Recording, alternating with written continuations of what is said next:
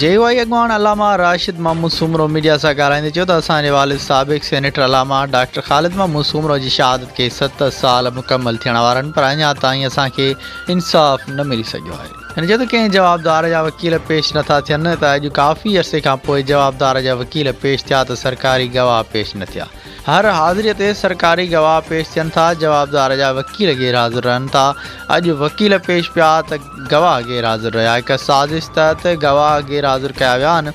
हिन केस खे हथरादू ख़राब करे रहिया आहिनि।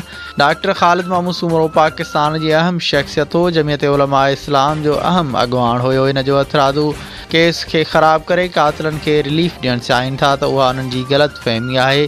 खेनि इहो ॿुधायूं त केस खे हर वक़्तु हलाईंदासीं, असां पैरवी पिणु कंदासीं। जेसिताईं कातिलनि खे सज़ा न मिली असां केस जी पैरवी कंदा रहंदासीं। असां हर हाज़िरी ते पेश थिया आहियूं ऐं थींदा रहंदासीं जेसिताईं असांखे इंसाफ़ नथो मिले।